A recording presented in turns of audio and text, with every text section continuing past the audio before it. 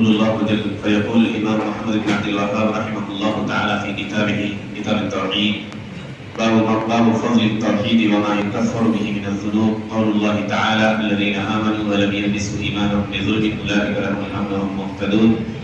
وعن عبادة بن الصامت رضي الله عنه قال قال رسول الله صلى الله عليه وسلم من شهد أن لا إله إلا الله وأن محمدا عبده ورسوله وأن عيسى عبد الله ورسوله وكلمته ألقاها إلى مريم وروح منه والجنة حق والنار حق أدخله الله الجنة على ما كان من العمل أخرجه في الصحيحين. محترم سامعین، توحید کے مباحث پر باتیں آ رہی ہیں.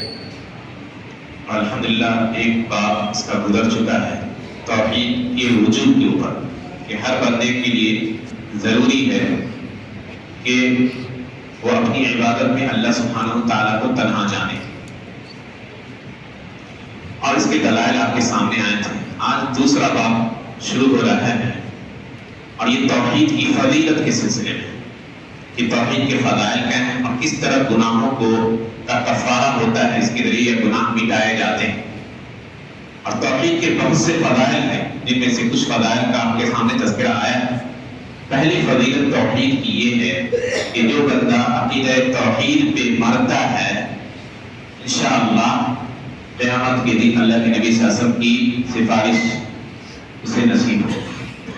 نبی صلی اللہ علیہ وسلم فرمایا، حضرت ابو ہریرہ مشہور حدیث آگے آ رہی یہ حدیث، پوچھا انہوں نے کہ اللہ کے نبی آپ کی سفارش کا قیامت کے دن سب سے زیادہ حقدار شخص کون ہوگا؟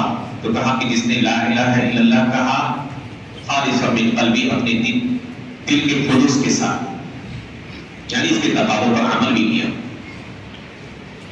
دوسری فضیلت یہ ہے کہ جو لوگ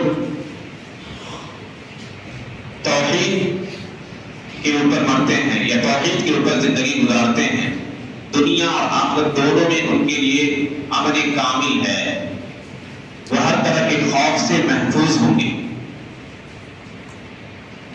اللہ کہتا ہے الذین آمنوا ولم یلبسوا ایمانہم بظلم اولئک لهم الامن، جو لوگ ایمان لائے اور اپنے ایمان کو ظلم کے ساتھ ملایا نہیں، ان کے لیے امن ہے اور یہی ہدایت یاب لوگ. ظلم کی تین قسمیں انہوں نے بیان کر دی. کہتے ہیں کہ ظلم کی سب سے شدید قسم یا سخت قسم وہ ہے جس میں بندہ اللہ کے ساتھ ظلم کرے.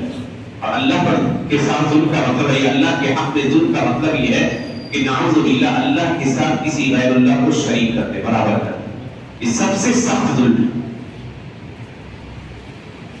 اور اسی لیے جب یہ آیت نازل ہوئی تو صحابہ کرام نے کہا تھا کہ اللہ کے نبی ہم میں سے کون شخص ہے جو اپنے آپ پر ظلم نہیں کرتا؟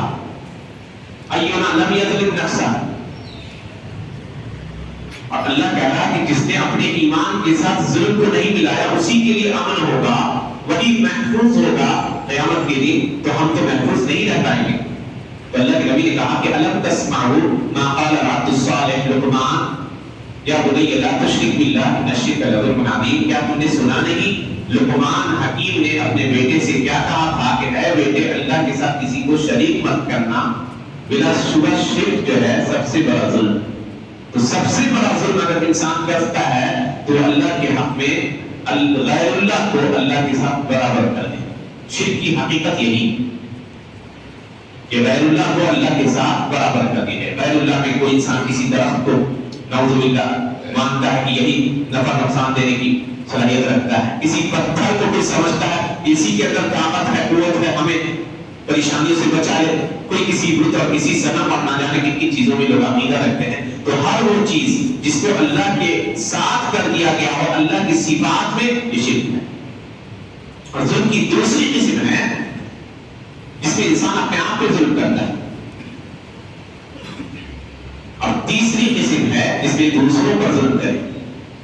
اپنے آپ پر ظلم کیسے کرتا ہے؟ اپنے آپ پر ظلم کرنے کی مثال دے دیجئے. اپنے آپ کو ان تمام دنیاوی نعمتوں سے محروم رکھتا ہے جو اللہ نے اس کے لیے جائز قرار کیا. جسم کا آپ کے اوپر حق ہے. حق یہ ہے کہ اس کو جو غذا اللہ نے اس کے لیے بھی رکھا ہے وہ غذا اس کو دیجیے. جو راحت اس کے حق میں جو اس کے لیے ضروری ہے وہ راحت اس کو ملنی چاہیے. ایسا نہ ہو کہ پورے سال انسان روزہ ہی رکھتا ہے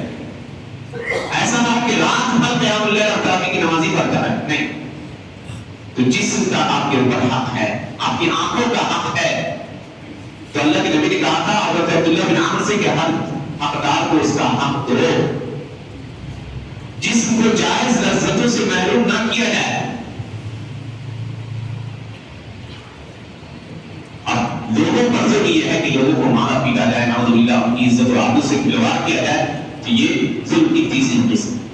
تو جو انسان اگر پہلے ظلم کی پہلی قسم سے بچتا ہے، اللہ کے ساتھ شرک نہیں کرتا، دوسری قسم سے بچتا ہے، اپنے آپ پر بھی ظلم نہیں کرتا، اور تیسری قسم سے بھی بچتا ہے، تو سمجھیے کہ وہ تینوں قسموں سے محفوظ ہے. تو قیامت کے دن وہ مطلق اسے امن حاصل ہو. امن مطلق کہتے ہیں کہ وہ سے کسی طرح کا کوئی خوف نہیں ہوگا. گرچہ گھبراہٹ تو ہر شخص کو ہوگی، انبیاء کرام کے دوران کی ذات کو بھی ہوگی.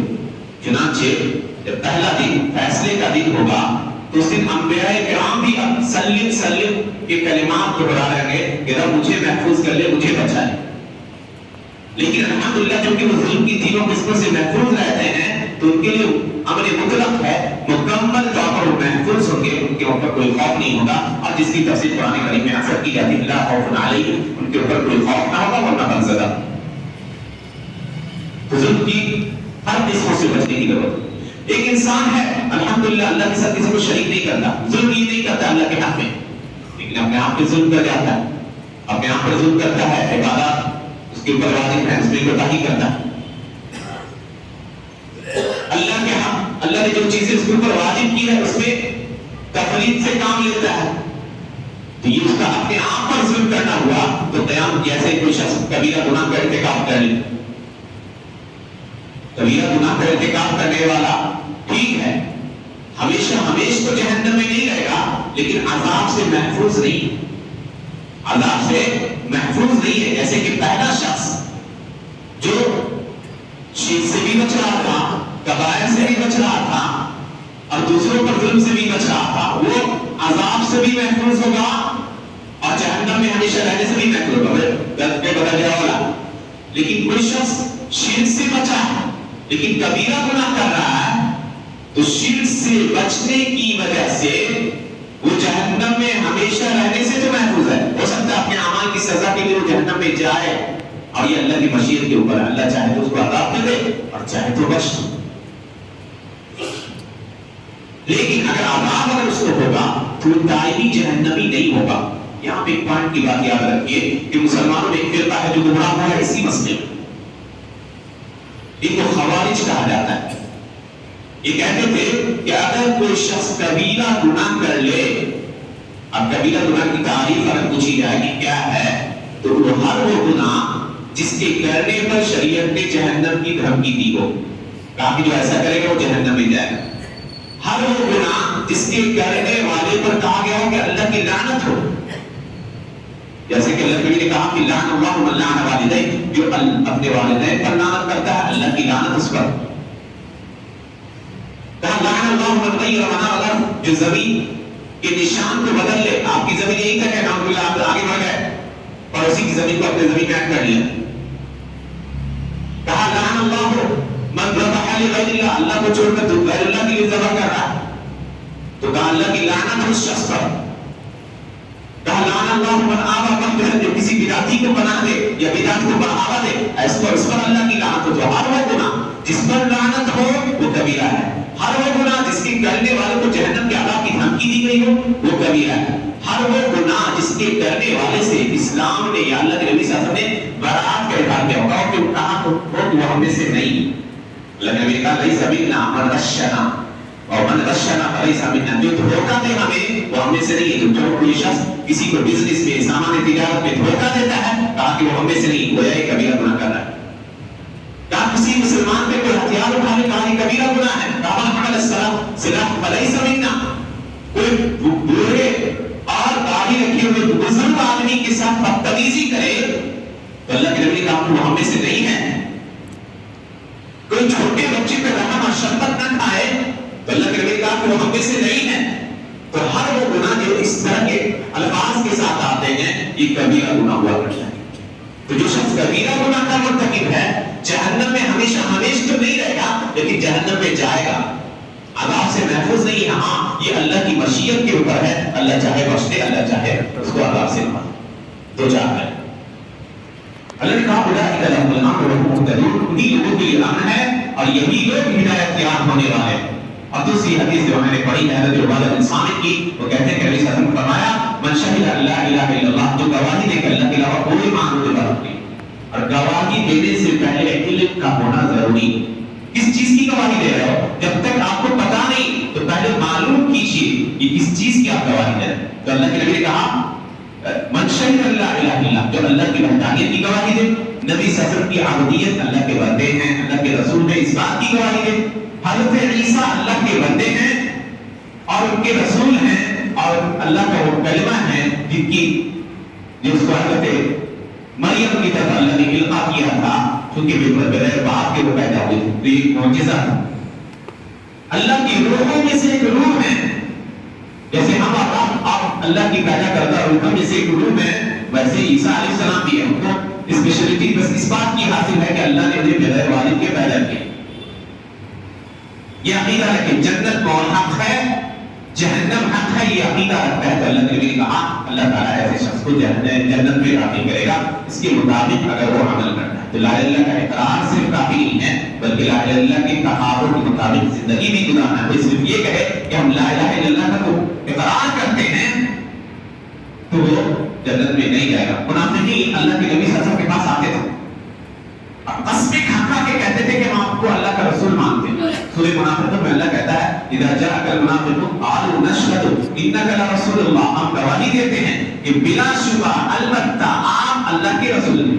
دیکھ لیجئے کہ اس اپنی بات کو ثابت کرنے کے لیے تین تاکید لا رہا ہے. ہم گواہی دیتے ہیں کہ بے شک آپ البتہ اللہ کے رسول ہیں. اس کے باوجود اللہ نے کہا کہ واللہ یعلم واللہ یشہد ان المنافقین لکاذبون, اللہ گواہی دیتا ہے منافقین جھوٹے.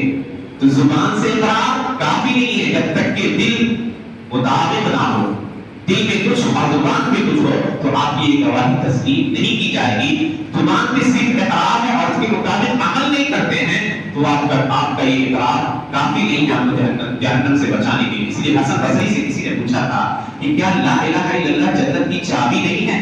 لا الہ الا اللہ کہہ دینا جنت کی چابی نہیں ہے. کہا ہاں ہے ضرور, وما من مفتاح الا وله اسنان, لیکن ہر چابی کے کچھ دانت ہوتے ہیں. اگر تم کے قیامت کے دن آؤ گے اور تمہارے پاس ایسی چابی ہو جس کے دانت ہو, جس سے تالا آسانی سے کھل سکے, تو تمہارے لیے جنت کا دروازہ کھل جائے گا. اور لا الہ الا اللہ کی چابی نیک اعمال ہے جس کا حکم ہمیں دیا جاتا ہے.